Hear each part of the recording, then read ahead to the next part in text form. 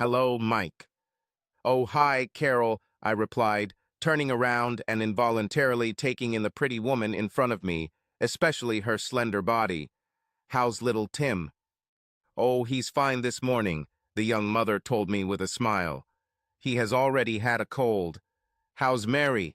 Still lovely, I replied, smiling as I looked at my little daughter. Though I may be biased. Oh, I don't think so, Carol added, sitting down next to me, her jeans tighter as she did so. But she's so lucky to have a father like you after what her mother did. It all started almost 2 years ago. That is, my problems began because until then my wife Janet and I were enjoying what seemed like a completely normal, happy family life. That is, if, of course, we accept that a happy marriage is normal. For some time, this was in question for me. We met a few years ago. Janet was a friend of Martha's who went to school with my sister Julie. We met at a party in Manchester, where we both lived, and hit it off straight away. I think we were both pretty cute in our own ways and seemed well suited to each other from the start. Janet was seemingly slim, but also curvy, which may seem like a contradiction, but she pulled it off incredibly well. Her long, shiny black hair didn't spoil her appearance either, nor did her sparkling deep blue eyes. Admittedly, I probably had to work a little harder to get her to agree to be our permanent couple than she did in the beginning, but once it all started, it was all just wonderful. One thing led to another, and it just seemed like all our friends were getting married. I think we've all been that age, late 20s, early 30s, and we're looking for somewhere to settle. I finally asked Janet to marry me, and she agreed without hesitation, just as I knew she would. We were practically living together already, so it was simply a matter of a visit to the local registry office with close family and a group of friends, followed by a big party at our local pub. We didn't even have our wedding night because we were both very drunk, but Janet was too drunk to care much about it. But life went on and marriage didn't seem to have much of an impact on our daily lives, which consisted of work, parties, dining out, and sex, but not necessarily in that order. My one ongoing problem was that living there in Manchester as an Arsenal fan wasn't always easy. If it wasn't some United fan, it was someone who was a City fan. Gosh, it's hard to believe, but there were people there who went to watch Stockport County games every week. Yes, I know, maybe Bolton Wanderers or even Wigan, but, well, damn it, it didn't help that Janet and her whole family supported Manchester United, and her father simply shook his head when we discussed which club our future children would support. So life went on quite happily, and as the years passed, Janet and I became closer and closer. I remember well that it was the beginning of the football season when I noticed that something might not be as it should be. I was fine, but Janet seemed a little distant and sometimes irritable with me. I couldn't understand exactly why, so I chalked it up to the change in hormones during Women's Days. Well, that's what we guys do, isn't it? When everything you say is wrong and the sex stops for days. But her moods seemed longer than they should have been, and if I hadn't been so busy at work, maybe I would have noticed some warning signs. As it turns out, I had decided that I would have a serious talk with her on Sunday, but fate intervened and I never got the chance. We went to a party at a local club on Saturday when my life changed forever. It was an engagement party for someone Janet worked with, but I'm ashamed to say I can't remember who it was, just that Janet and I were invited. It was full of people. I had to queue for drinks, and they weren't even free. What a damn engagement party. No wonder they held it at a club and not at their home, you impudent people. I returned to our table, carefully carrying a couple of beers for me and Tota, Martha's husband, and gin and tonics for our wives. Where are the girls? I asked Tota without seeing them. Dancing with some old friends, he answered calmly. He wasn't worried, so why should I? We had difficulty speaking due to the noise around us, inevitably discussing the results of the big games that had taken place that day. Arsenal and United won, so there was nothing to argue about, and I hardly noticed how time passed. Hey guys, Martha greeted us as she returned to the table. Is this my drink? Yes, I replied, interrupting my diatribe about the problems with the 4-4-2 formation. Where is Janet? Oh, she's still dancing out there somewhere, Martha replied and quickly changed the subject. Too fast. Who is she dancing with? I demanded, my attention being captured. She's been dancing for quite a long time. Just with an old friend, Mike, Martha snapped. Nothing to worry about. Who cares? I asked. Why should I worry? No reason, Mike. None at all. It's just an old friend that Janet hasn't seen for a long time. Shouldn't this have sounded alarm bells? It's hard to say, but I sat back in my chair and took a sip of my beer, trying to pretend I didn't care even though I was already boiling inside. Another 10 minutes, and at least 2 music changes passed, and my irritation grew. Martha whispered something to Todd twice, and both of them studiously avoided my gaze, almost pretending that I was not there. Come on, you two, I finally asked in desperation. What the hell is going on here? Who is this friend of hers? Maybe you should go find her, Mike, Todd suggested, ignoring the dirty looks Martha was giving him. No, she shouted, jumping up and thrusting my half-empty pint into my hands.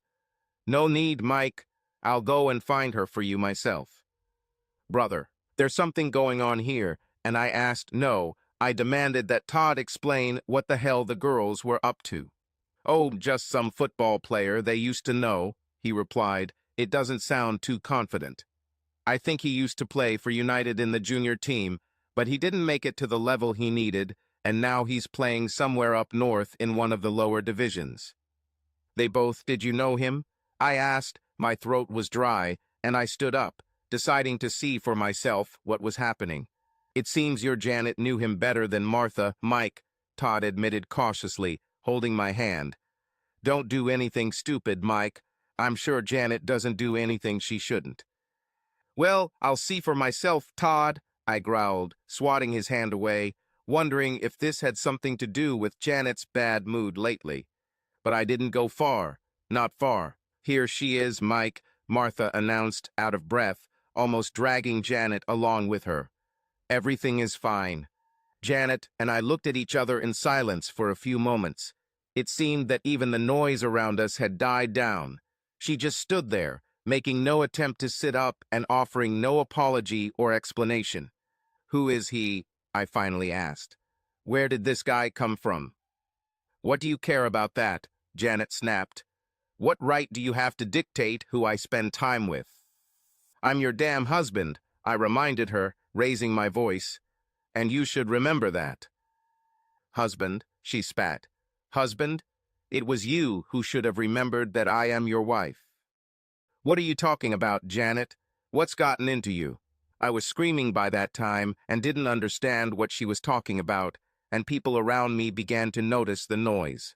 You didn't think about your wife when you were with Jennifer Meadows, did you? She shouted at me. I opened my mouth to answer, but the words disappeared. How did she know about Jennifer and me? See, Janet continued accusingly. You don't even deny it, you bastard. Janet, honey, I began to answer. Jennifer and I were. That was as far as I got before my wife interrupted me. You slept with her, right? Janet accused me. You slept with her. Yes, honey, I answered almost automatically, surprised by the ferocity of her attacks. But, no buts, you cheating bastard, Janet interrupted. I know what you did to that cow, and I'm not going to stand for it. But honey, it's not what you think. Oh shit, oh my God, of all the stupid damn things, why did I say that? Well, you can go to hell, you bastard, Janet screamed so that everyone around could hear. We're done, and you can sleep with that damn Jennifer Meadows all you want. Listen, Janet, I began, moving forward to hug Janet. Jennifer and I were. My speech was suddenly interrupted by Janet, who grabbed a glass of beer from the table and threw it at me. I was too close to try to avoid it. Fuck you, my wife screamed and walked away, followed by Martha, screaming for her to stop. Jesus, Mike, Todd said, standing up and starting to dry me off. Jennifer Meadows and you. She's damn beautiful, man, but have you seen her husband? I know her damn husband, Bright, I said, drying myself. and he already knows about his wife and me.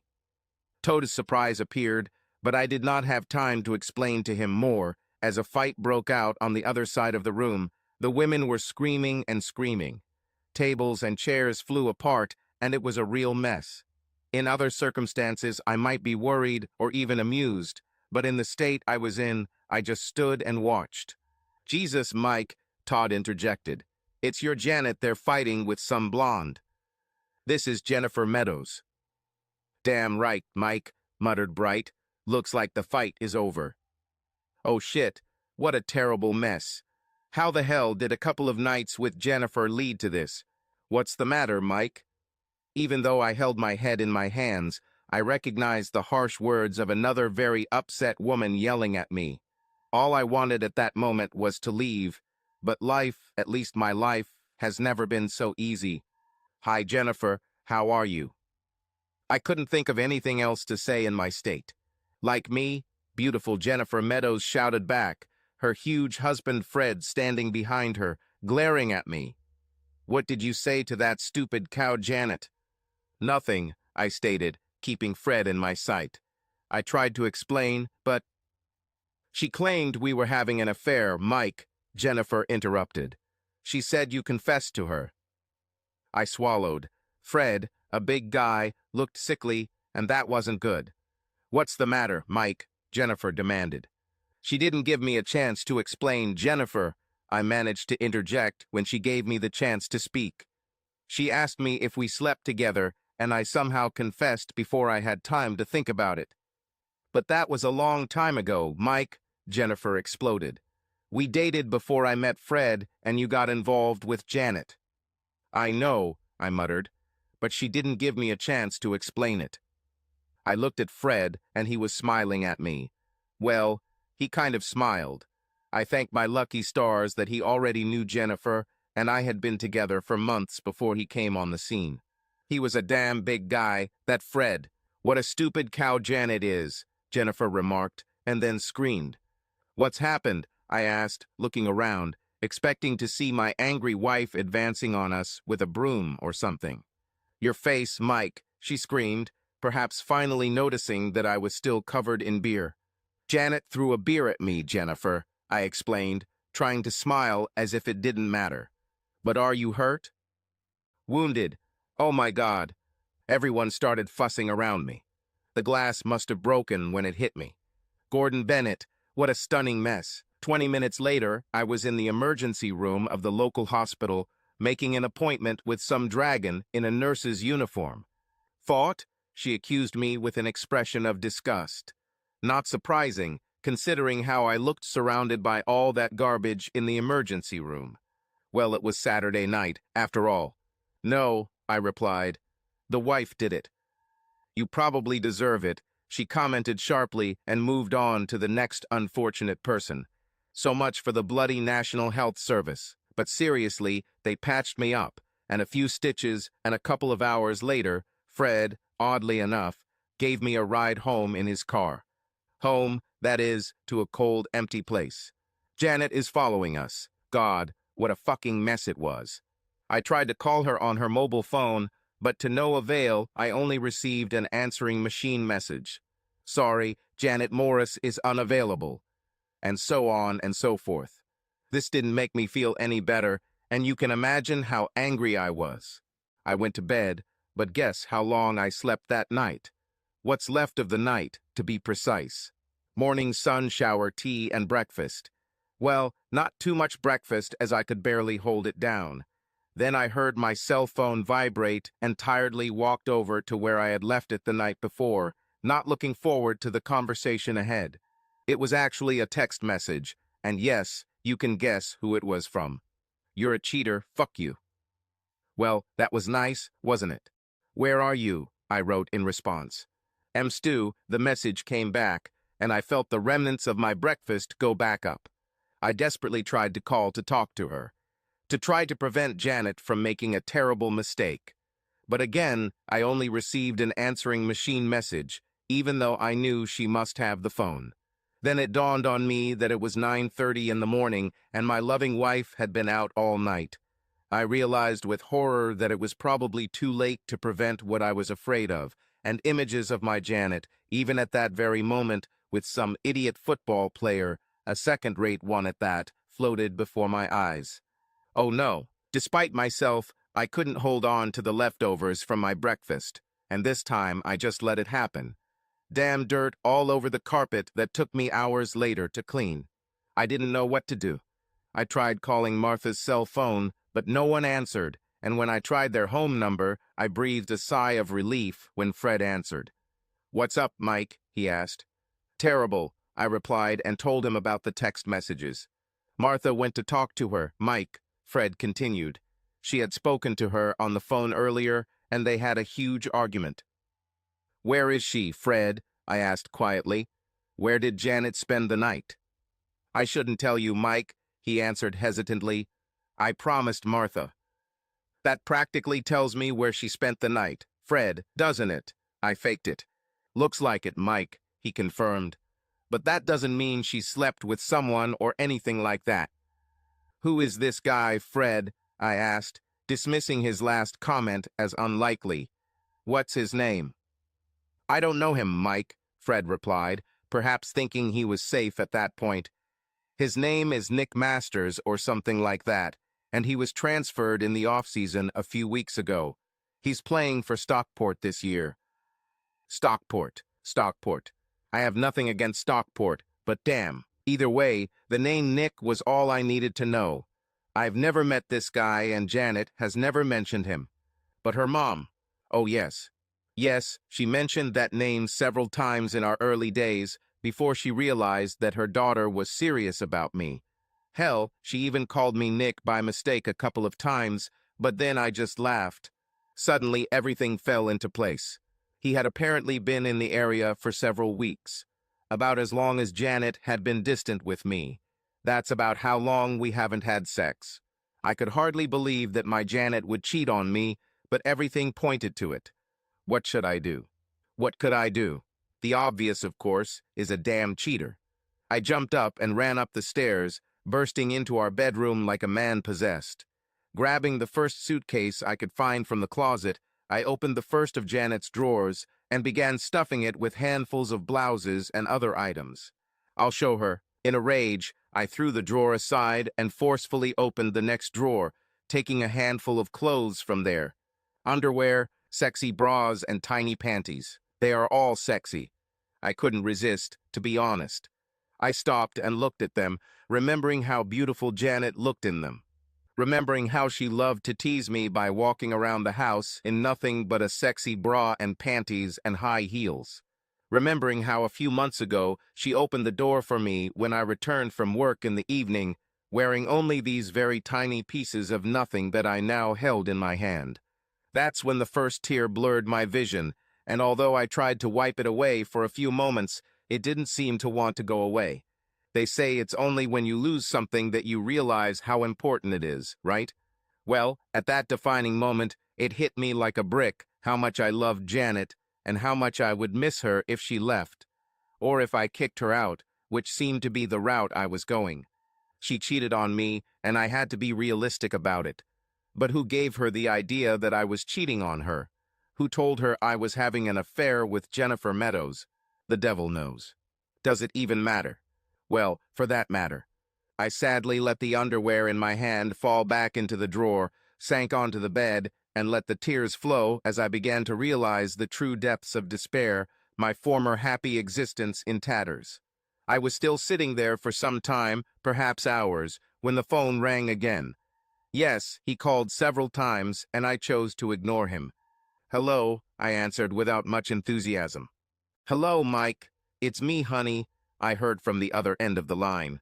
"I tried to call you, dear." "I was out of the house, Janet," I lied, not wanting to admit that I had been sitting there crying for half a day. "I think I made a terrible mistake, Mike," Janet muttered into the phone. "Martha told me what happened next, and I even talked to Jennifer and apologized." "So what now?" I challenged her. "Where do you and I stand, Janet?" "Well, I hope. I mean, oh God, Mike, I guess you know about Nick. That he plays football for bloody Stockport, or that you spent the night in bed with him. There was a long pause on the line. Oh, I'm so sorry, Mike, she finally continued. I really love you, darling, and I hate myself for hurting you. I was a real bitch. Did you sleep with him? I accused her. I don't want to talk about this on the phone, honey. Janet swallowed, clearly close to tears. Can I come and see you?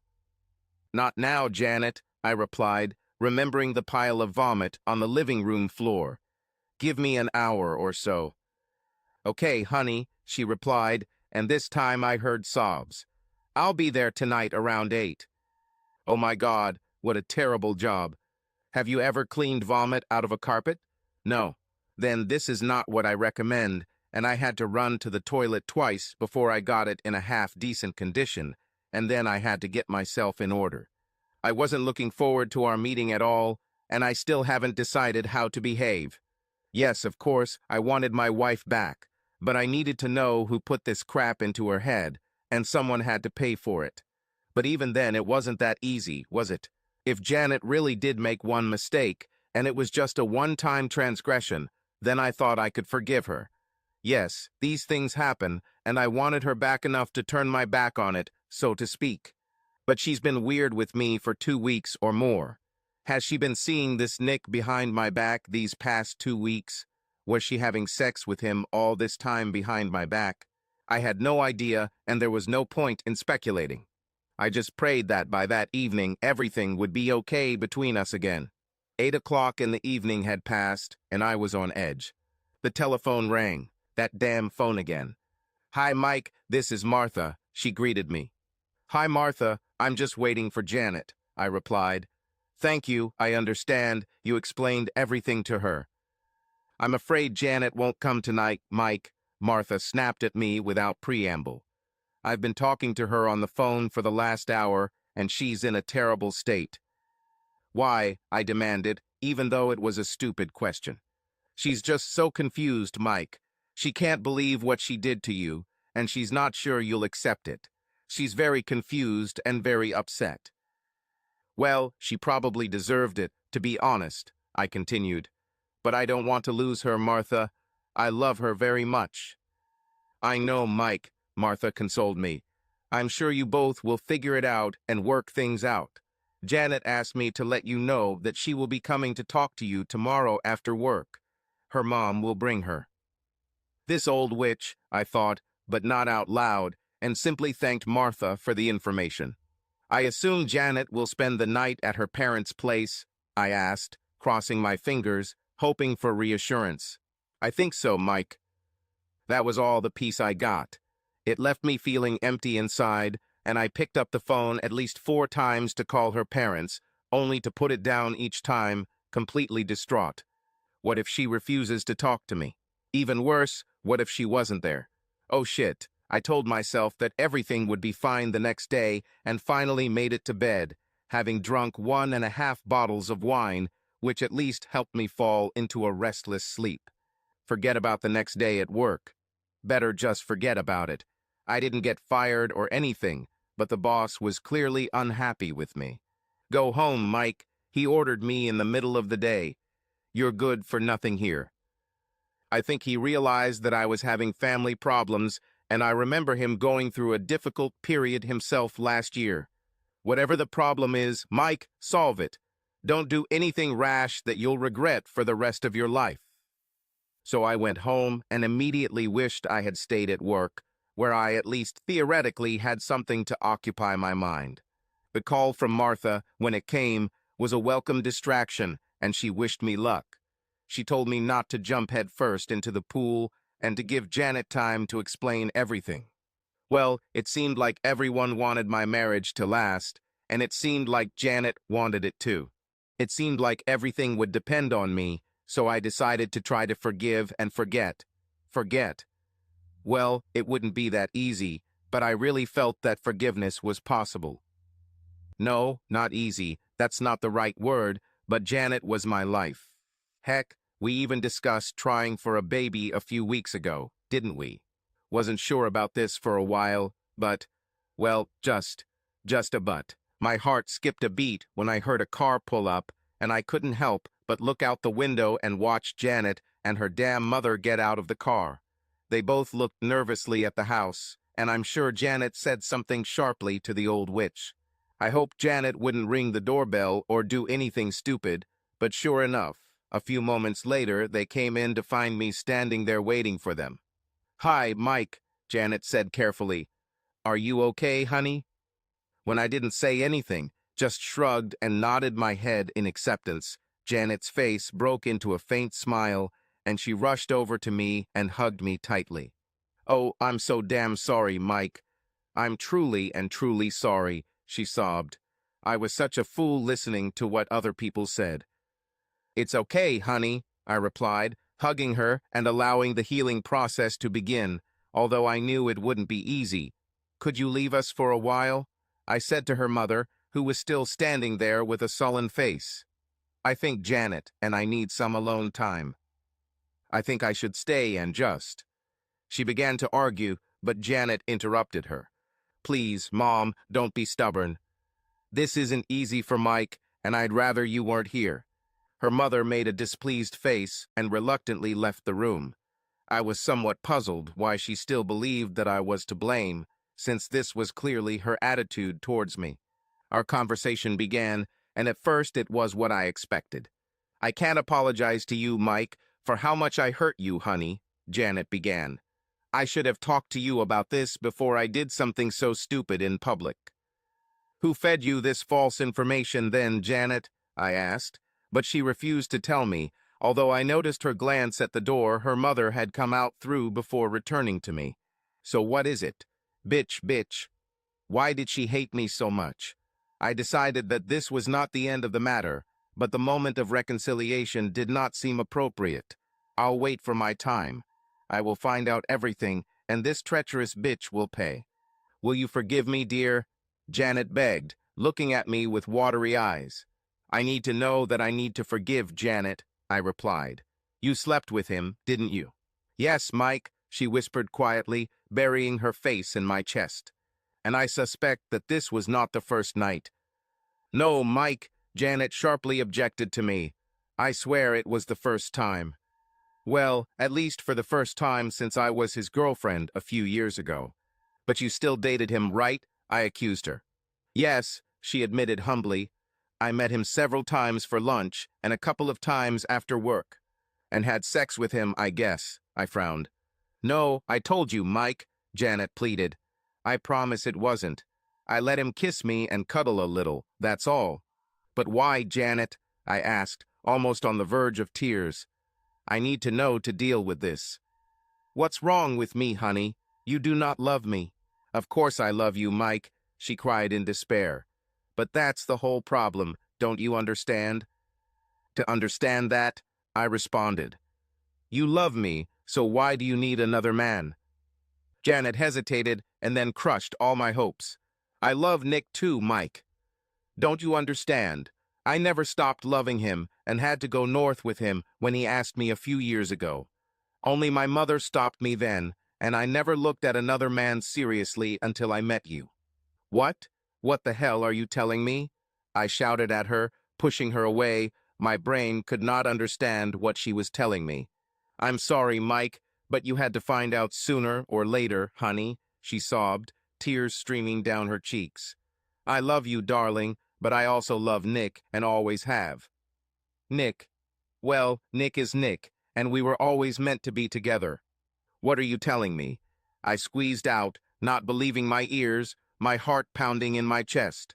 "I'm sorry, darling," Janet cried, now in a full flood of tears. "I'm not coming home, darling.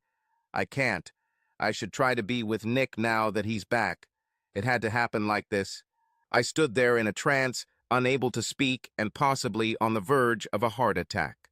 I could not believe it. I was looking in my heart to forgive my wife, and all this time my dear Janet was planning to leave me for another man. At that moment, the door swung open and her mother rushed in. "Haven't you caused enough trouble?" she shouted at me. "I hope you're happy with yourself now you made my daughter cry." "Mom," Janet sobbed, "please don't interfere. None of this would have happened if he had not appeared," her mother continued. "You took her away from me and from Nick. "Mom, shut up for Christ's sake," Janet shouted at her. "Even better," I intervened, coming to my senses a little. "Get out of my house, you meddling old cow." "You can't talk to me like that," the old cow flushed, but I grabbed her hand and forcibly led her to the front door, where I slammed the door in her face. "Sorry about Mom," Janet said sadly. "Sorry about everything, Mike." "I think you better leave too, Janet," I said sternly to my so-called wife. "Nick will miss you." "But we need to work things out, Mike," Janet objected. "I can't just walk away and leave you like this." "You already left once, Janet," I pointed out angrily. "I don't need your damn pity." "But I want to help you, Mike," she sobbed. "I want you to understand." "I don't need your help, Janet," I spat in her face. "And I understand perfectly well that you cheated on me and are now leaving me for some other poor guy." "Please, Mike," she sobbed softly. "Please let me." "No, Janet," I shouted at her, driven to the limit. "Please, if you want to do something for me, then just leave." Janet burst into tears again, sobbing into her hands. "Will you ever be able to forgive me, Mike?" she finally asked between sobs. "Will you ever be able to forgive me for what I did to you?" "Yes, you're forgiven, bitch, if that's what you want," I lied to her through clenched teeth. "Now get out of my house and let me get on with my life, if I can." Janet took a step towards me, offering her face for perhaps one last kiss, but I stepped back and raised my hand to stop her. "I can forgive you, Janet," I cried in agony, "but not enough to let you touch me again." Janet sank even more, slowly turned around and left the house, her sobs still audible even after she had disappeared from my life forever. Or so I thought at the time. I don't remember anything about the next few days as I sank into a bottomless pit of depression. From a happy married man thinking about starting a family, in a few days I turned into an abandoned, unhappy person. It was too much, and I turned to alcohol as an escape. But of course, that's never the answer, is it? I don't want to remember too much about that terrible week, but with the help of a few friends, I managed to pull myself out. Even my boss was understanding, but probably because I was very good at my job, so it benefits him. Do you see what happened to me? No wonder I became a cynic. Our friends seemed to be divided into two parts. Although most of them had known Janet much longer than they had known me, many of them supported me. They never mentioned her name in my presence, except on occasion. Some terrible feeling inside me wanted to know more about Nick, but I couldn't bring myself to ask anyone about him.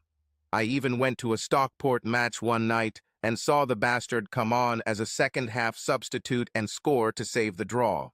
I still didn't know much about him, but I had to admit that he was a good footballer. I wondered if Janet was in the crowd that night and scanned the stands for her. But there were no traces of her. Perhaps it was too far. I left the stadium that night feeling more miserable than I could describe.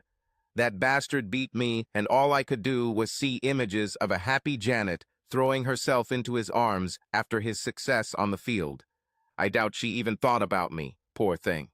I wasn't ready for dating or anything like that, and it would certainly take a long time to feel ready to start that part of my life again. I didn't think about divorce or anything else, and I didn't see the point in it. If she wants to marry him, then let her arrange everything, and he will pay for it. He probably earned enough as a professional footballer, even if it was just Stockport.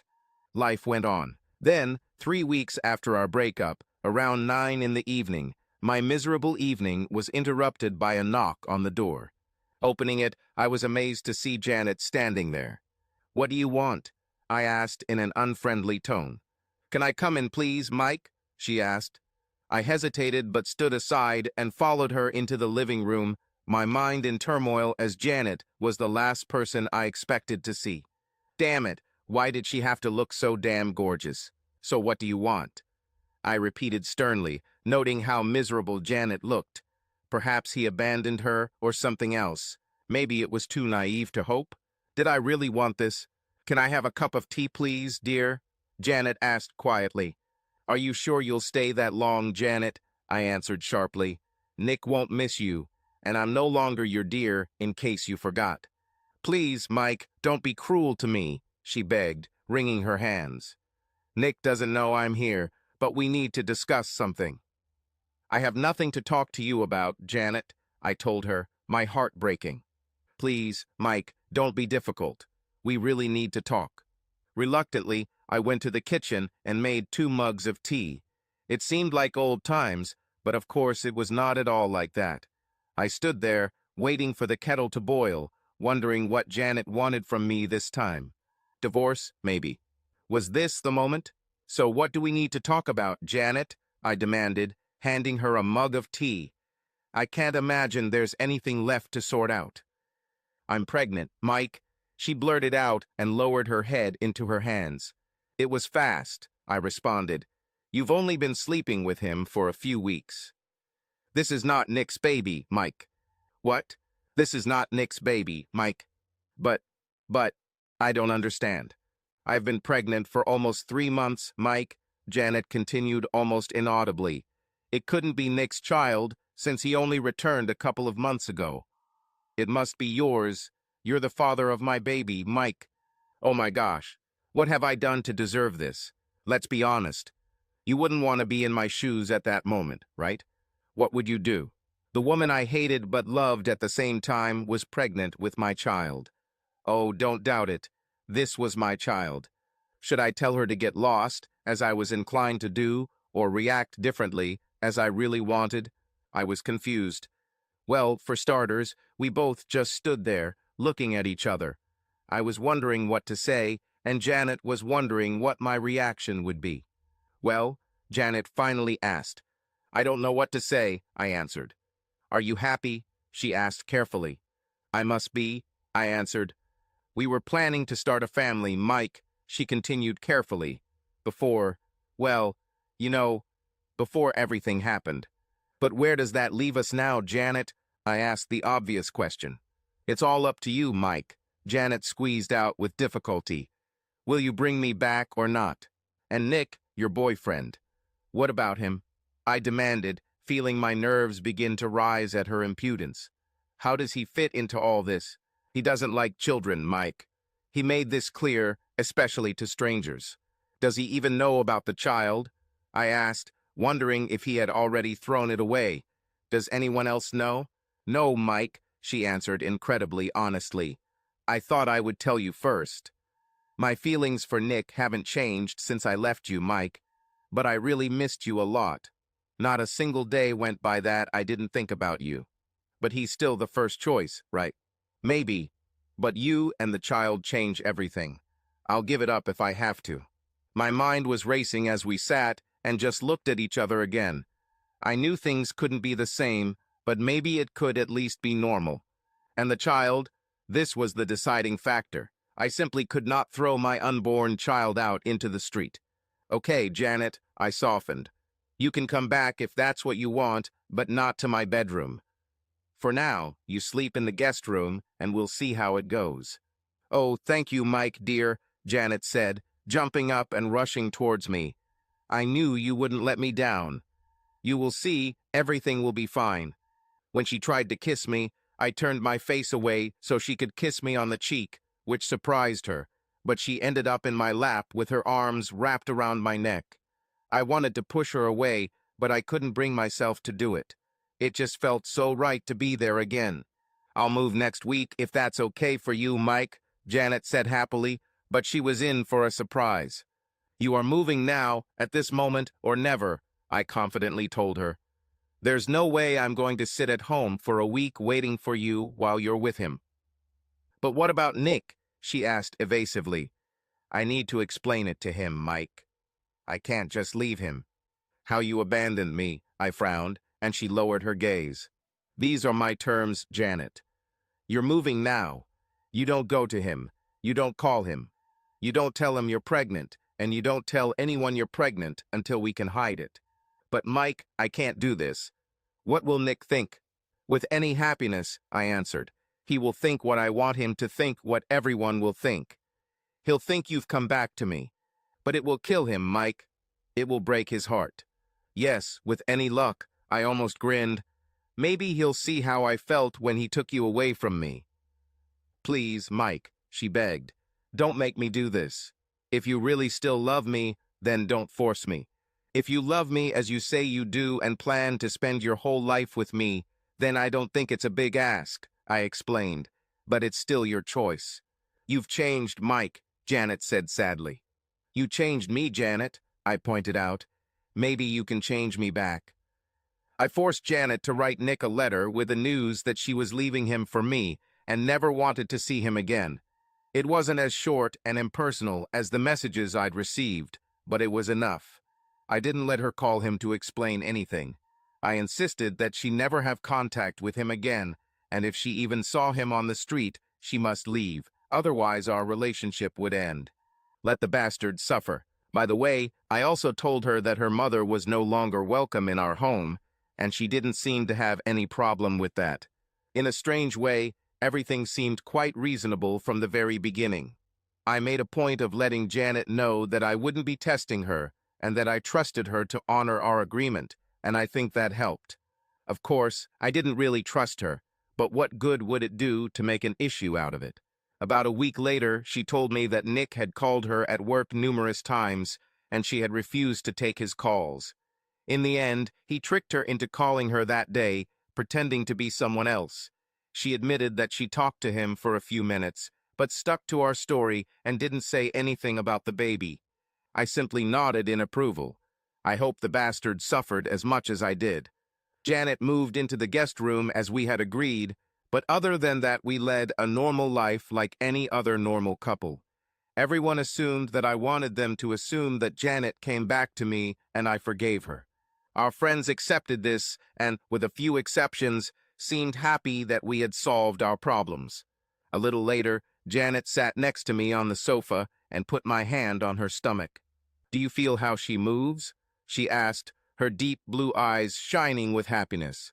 I didn't feel it, but it was perhaps our first intimate moment, and I left my hand there longer than necessary. Later, when we turned on the TV, Janet sat next to me again and pressed herself against me. When I didn't reject her, she snuggled closer, and we spent the next couple of hours cuddling on the couch like a normal, happy couple. When it was time for bed, she took my hand, and we walked up the stairs without a word, past the guest bedroom and into mine, where we helped each other take off our clothes. Barely a hint of a bulge was visible, and Janet looked so healthy and beautiful. We slid into bed and hugged tightly, enjoying the warm closeness of each other's bodies. No, we didn't make love that night, but we spent the whole night in each other's arms. We did not kiss until the morning when I woke up, happy to see my wife back next to me where she belonged. We didn't make love for 2 more nights, but the guest room had been abandoned since then. It had to be, since the baby was coming, and she would need this room at some point. Life was good again, and our problems seemed just a memory. Not distant, even painful, but one that I could live with. Then little Mary was born at 5:35 on a cold January morning, and life seemed better than I had ever dreamed. I even agreed to be in the same room as my mother-in-law, if that room was not in our house. Nick was never mentioned, and if Janet was still thinking about him, I didn't notice. My anxious doubts diminished to the point of almost disappearing, and when we celebrated Mary's first birthday at our house, I even gave in and allowed the dragon to come. I wasn't planning on talking to her much, but, well, you know. Yes, I know, but life was so good, and it was our sweet little Mary who made it all possible. I wish Nick could have been here, I heard the old dragon say to Janet as I returned to the kitchen with the dirty glasses, and at that point I froze. "We don't talk about Nick in this house, Mom," I happily heard my loving wife answer. "Mike would be very upset." "To hell with it, Janet," her mother objected. "He's a Southerner, and you know I never loved him." "Speak more quietly, Mom," Janet warned her. "Okay, Janet, but what did Nick think about the child when he saw how beautiful she was?" "Oh, damn, what did I hear?" The smile disappeared from my face. "It was a bad idea, Mom," Janet continued. "He's just not interested in kids, and it will never work. Anyway, Mike is a wonderful father, and I love him." "But you can't keep dating Nick behind Mike's back, honey," her mother instructed. "You must choose one of them." "I wouldn't be in this situation if you hadn't intervened again, Mom," I heard my wife say angrily. You knew what would happen when you lured me into meeting Nick again, and I almost forgot about him. He's not your match, this Mike, honey, her mother continued. If I could. If you could, you would, damned cow, I interrupted, rushing towards them. Janet and I would never have gotten married. Oh God, Mike, Janet screamed. How long have you? Oh God, you heard everything, didn't you? I didn't even give her an answer. I simply took my mother-in-law and roughly escorted her out of the kitchen, through the group of stunned friends and family gathered there, and threw her out the front door for the second time in our lives. Without stopping to check if she was okay, I returned to the living room to confront the crowd that had gathered. Sorry, friends, but the party is over, I announced loudly. I advise you all to get out now and take my cheating wife with you before I do anything I regret. Some took the hint, some stood stunned by the turn of events. I think you should all leave, Janet intervened. Mike and I need some alone time. No damn thing, bitch, I shouted at her. You're the first to leave. The commotion, well, you can imagine it. Several guys grabbed me to hold me down, and one of them tried to hit me. Fred, the big guy, dealt with him and pushed me out of the room before things got worse. I really owe him a lot when I look back. After a while, he brought me back to the living room, where I found Fred and Martha waiting after everyone else had left. Except for Janet, of course, who was sitting in a chair, looking unhappy as ever. Are you happy now, bitch? I shouted at her. Calm down, Mike, Fred said, putting his huge arm around me, both for comfort and to hold me. Give Janet a chance to explain herself, please, Mike, Martha intervened. Perhaps it's not as bad as you think. Not so bad, I exhaled. This is damn worse than bad. He's right, Martha, Janet intervened. I was a fool again, a damn big fool. You're damn right, I shouted at her. What can you say in your defense? I'm just so sorry, Mike, she sobbed. I won't even ask you to forgive me, because I know that you won't forgive me. But Janet, Martha began, but was interrupted. It's no use, Martha. I've failed Mike again, and he knows it. I don't even have the right to ask him to understand. I think you better leave, Janet, I told her angrily. You are no longer welcome here. What about Mary? She begged. She stays here with me, I insisted. But I'm her mother, Mike. We should have thought about this earlier, I pointed out. Where will you take her? Your lover will not accept her, and if you bring her to your bitch mother, I will burn her house to the ground. He's right, Janet, Martha agreed. Let's go to our place for the night, and tomorrow we'll sort everything out. I'm so sorry, Mike, Janet cried, looking at me as Martha and Fred led her out. I dated him a couple of times, that's all, and I swear I didn't sleep with him. Yes, of course you regret it, I spat, slamming the door behind them. If it hadn't been for little Mary, I would have drunk myself into oblivion that night. God, a man can only take so much. But I had responsibilities then, didn't I? Everything has changed.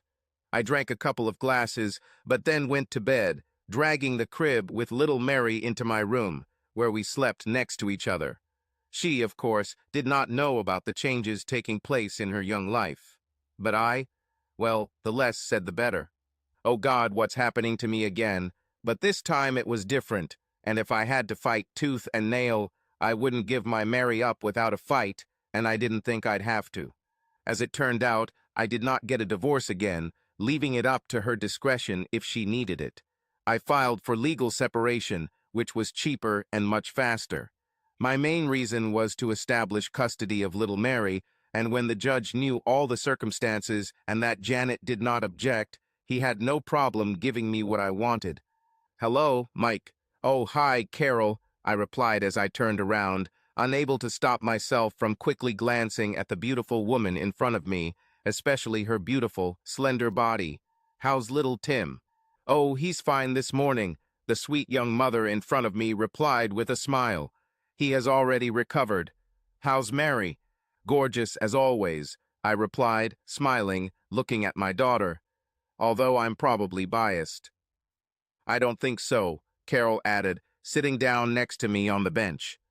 but she's so lucky to have a father like you after what her mother did. Heard this before, right? Yes, indeed, this is where we started. So what's next? What happened next? Carol, I must say, was amazing. Okay, she was a few years younger than me, but that didn't mean I couldn't watch. With her luxurious chestnut red hair and almost perfect slim figure, she was everything a man could dream of. But for me, she was too young. 12 years between us seemed too big a difference.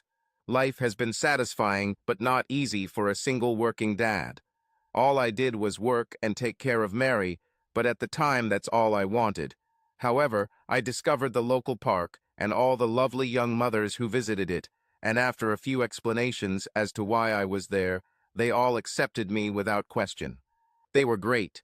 Well, most of them, but since I wasn't in search mode, it didn't matter, and I had fun just looking and talking.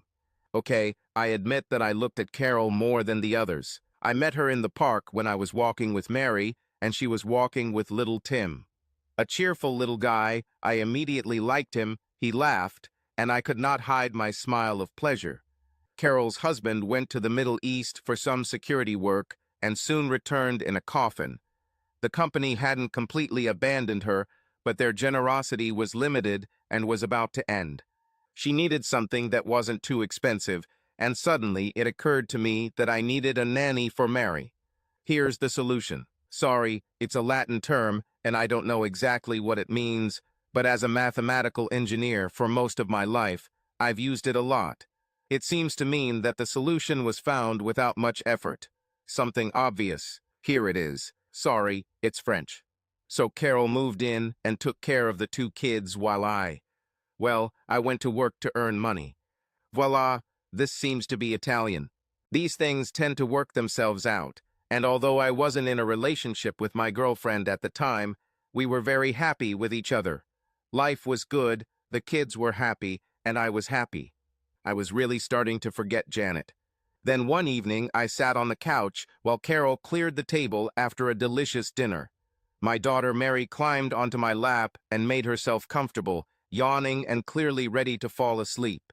Tim then decided my lap looked comfortable and came over and climbed onto my lap and promptly fell asleep.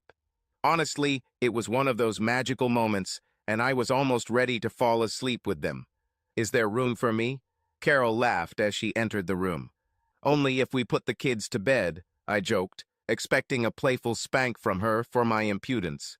Well, they're both already asleep, so we can put him to bed, Carol answered, to my surprise, and immediately took Tim into her arms. Taking Mary, I followed her upstairs to the guest room where Carol's two small children were sleeping, and we put them to bed, both giving them a good-night kiss. You don't give me a good-night kiss, Mike. Carol mimicked me when we returned downstairs. She teased me like this often, so I said something equally stupid in response. You don't like me, Mike? Carol asked, looking at me intently. Of course I like you, Carol, I answered carefully. You are very attractive. Do you like men or something? She continued, smiling from ear to ear. Hardly. Do you want me? Of course, Carol, I muttered, realizing that I was in dangerous territory. Any man would want to, but there is an age difference. 12 years old, Carol asked. Is 12 years a problem? Carol, I tried to explain. You're almost young enough to be my daughter. Okay, that wasn't true, and Carol looked at me curiously. So, Carol interrupted the silence, getting up from her chair. If I'm just a child in your eyes, then me taking off my clothes won't bother you, right? I gulped as she began to unbutton her blouse, my attempt to tell her to stop initially failing. Carol, you shouldn't, I finally croaked. Then tell me to stop, Mike, and I promise you I'll never try that stunt again. I'll be too embarrassed. Oh my God, I couldn't speak, so I just nodded, which was enough for her, and soon her blouse was tossed aside, then her skirt. Carol made a small twist, then took off her bra and tossed it aside. My eyes couldn't leave hers, and I couldn't help but notice the effect it had on me. Well, Mike, Carol called me. Stop or go to the end. A sip. Words wouldn't come out, so I just nodded, which seemed to satisfy her, and soon her little panties joined the pile of clothes around her. Leave the heels, she teased, smiling from ear to ear. Come here, dear, I ordered, and a second later she was already on my lap, where her son had just slept, but with a completely different result. 12 years old. No problem, and although she was younger than me, Carol was just as exhausted as I was when the cheerful screams of the children woke us up in the morning. Your turn or mine? Carol asked sleepily, clinging to me. I'll go calm them down this morning if you don't get up, I offered. Okay, love, Carol whispered with a hoarse voice, smiling at me. Your turn this morning, and tomorrow mine. Tomorrow, right? And the next day, and the next. Life suddenly looked damn good, trust me. In fact, it turned out to be even better than damn good, as Carol and I turned out to be a perfect match for each other. 6 months later, despite my earlier decision to leave Janet's divorce, I filed for divorce myself, and once it was finalized, Carol and I were married. I officially adopted Tim as my son, and Carol, with Janet's blessing, yes, she was still around, adopted Mary. In fact, Janet continued to visit Mary regularly and got along well with Carol. She even started taking both children when she went out with Mary. I made it clear that I wouldn't be happy to see Janet's mother around her, but it turned out that Janet hadn't seen much of her anyway. And Nick, the football player, I never met the guy and didn't really want to. I know that he refused to marry Janet, but as far as I know, he never cheated on her. But there was no doubt that my ex-wife's relationship with her new man was not working out the way she had hoped, and her strained relationship with her parents wasn't helping. I began to feel sorry for her, can you imagine? I think when you love a woman the way I loved Janet, it doesn't go away overnight. The feelings may weaken and eventually disappear, but they are still there and sometimes resurface, often at the most inopportune moments. For me, this moment came about 3 years into my marriage to Carol. Nick was sacked from Stockport, and at his age, he found it difficult to find another decent team. His attempts to get a job as a manager were also unsuccessful. It must have been a tough time for both of them, and Janet needed a shoulder to cry on. I don't know how you can be so kind to me, Mike, after what I did, Janet cried. Everything worked out in the end. But I miss you, Mike, she sobbed. Even though everything has happened, I still miss you. I miss you too, darling, I said for some reason and kissed her forehead for comfort. I don't know how it happened, but that little kiss turned into a kiss on the lips, and before we knew it, all our past passion flared up again. I don't know who started it, and it doesn't matter. What the hell are we doing, Mike? Janet's scream stopped me. We can't do this, Mike, she added, looking at me. This is how I ruined our marriage, Mike. I won't let this happen again. But Janet, I begged, almost losing control. Just this once, darling. Please, just once. No, Mike, no, she screamed, trying to push me away. Think about Carol and the kids, Mike. We can't do that to them, we really can't. Oh Christ, what did I almost do? We both stared at each other, then I slowly stood up. In silence, we got dressed. I'm sorry, Mike, Janet sobbed. I just couldn't let you make the same mistake I did. No need to apologize, Janet, I said, my heart pounding. I shouldn't have taken advantage of you. But you didn't take advantage, Mike, she said. You still have feelings for me, don't you? I nodded in agreement, not wanting to risk words. But you love Carol too, don't you? Yes, I do, Janet, I replied. I'm just confused. I do not know what to do. I know how you feel, Mike. You have to do what I should have done when I found myself in the same situation, Janet said. It may be heartbreaking to love two people at the same time, Mike, but you should choose your wife over me. We hugged again, but this time it was different. We both sought comfort in each other. I better leave now, honey, Janet said finally, and breaking away from my embrace, she collected her things and slowly walked towards the door. Carol will be back soon, she added. Don't tell her anything about it and spoil her tonight. Thank you, Janet, I said sadly. Go back to Nick. He seems to need you. I'll be back, Mike, Janet replied, her voice even sadder. He's a good person, really. He deserves your love, Janet, I said, All my pent-up anger towards him seemed to melt away. "I'm older and wiser now, Mike," Janet said hoarsely, almost in tears again. "I think there's only one man I've ever really loved, and that's not."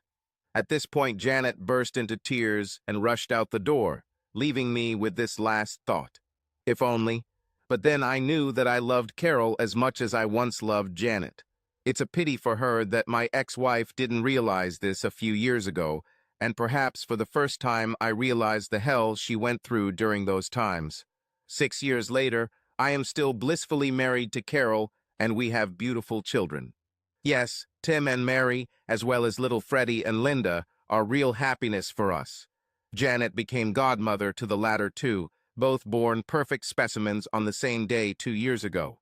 Yes, twins, which delighted Tim and Mary, as they had spent their entire lives telling everyone they were twins, even though they knew it wasn't quite right.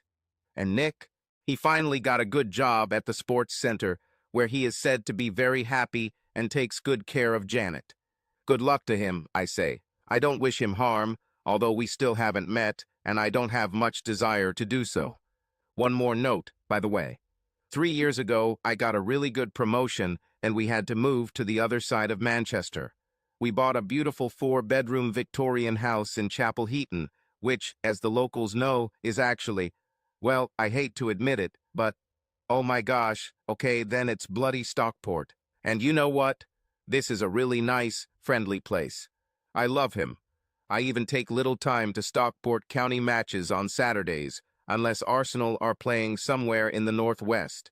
But please don't tell anyone. Subscribe to our channel so that your love doesn't cheat on you, and go ahead and listen to the next story, because this story is nothing compared to the next one. If you're under 18, don't even think click to the next one. Click to the next one. Click to the next one.